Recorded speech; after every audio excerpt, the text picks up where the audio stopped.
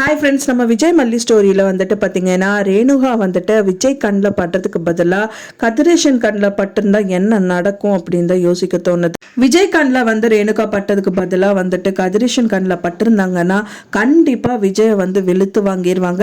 முதலே வந்துட்டு அந்த குழந்தை எங்களுக்கு தான் சொந்தம் கோர்ட்டில் வந்து கேஸ் வந்து போட்டாங்க, 2 தடவை போட்டு கடைசியிலையும் வந்துட்டு பார்த்தீங்கன்னா வெண்பா பாப்பா அவங்க அப்பா கூட தான் இருக்கணுங்கிற மாதிரி தீர்ப்பு வந்துருச்சு. ஸோ இப்போ கஸ்டடி ஃபுல்லாக வந்து விஜய் கையில் தான் இருந்தது. இப்போ ரேணுகா உயிரோடு இருக்காங்க அப்படின்னு தெரிஞ்சிருச்சு அப்படின்னா கண்டிப்பாக வந்து செகண்ட் மேரேஜ் வந்து கண்டிப்பாக சட்டப்படி வந்துட்டு அது பலிக்காது. அண்ட் தென் சட்டப்படி வந்துட்டு அது அவங்க சேரக்கூடாது அப்படிங்கிற மாதிரி சொல்லிடுவாங்க. ஸோ ரேணுகா கூட தான் வாழ்ந்தாகணும் அப்படிங்கிற மாதிரி ஒரு நிலையில தள்ளப்படுவார்.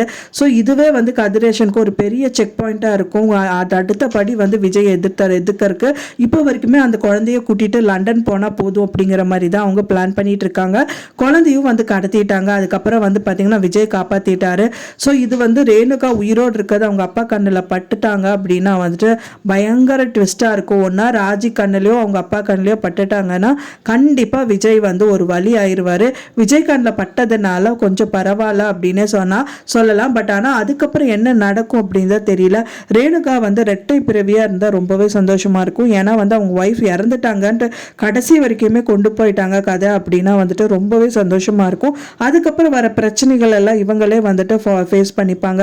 இப்போ இருக்கிற சுச்சுவேஷனில் ரேணுகாவை காமிச்சதுனால கண்டிப்பாக அவங்க வந்து ஒரு தெளிவான மனநிலையில் இருந்தால் கூட ஓகே அப்படின்னு சொல்லலாம். பட் ஆனால் அவங்க பைத்தியம் பிடிச்ச மாதிரி தான் காமிக்கிறாங்க.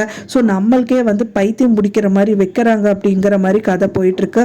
ஸோ என்னதான் அவங்க சொல்ல வராங்க, என்னதான் கதைக்களம் வந்து போக இருக்கு.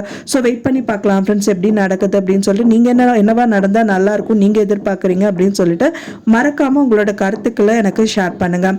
நான் சொன்ன இந்த தகவல் உங்களுக்கு பிடிச்சிருக்கும்னு நினைக்கிறேன் ஃப்ரெண்ட்ஸ். பிடிச்சிருந்தா மறக்காமல் லைக் பண்ணுங்கள், ஷேர் பண்ணுங்கள், கமெண்ட் பண்ணுங்கள், சப்ஸ்கிரைப் பண்ணுங்கள். மேலும் இன்னொரு மல்லி சீரியல் அப்டேட்டோட நெக்ஸ்ட் மீட் பண்ணுறேன். தேங்க்ஸ் ஃபார் வாட்சிங் மை டியர் ஃப்ரெண்ட்ஸ். நெக்ஸ்ட் வீடியோவில் பார்க்கலாம்.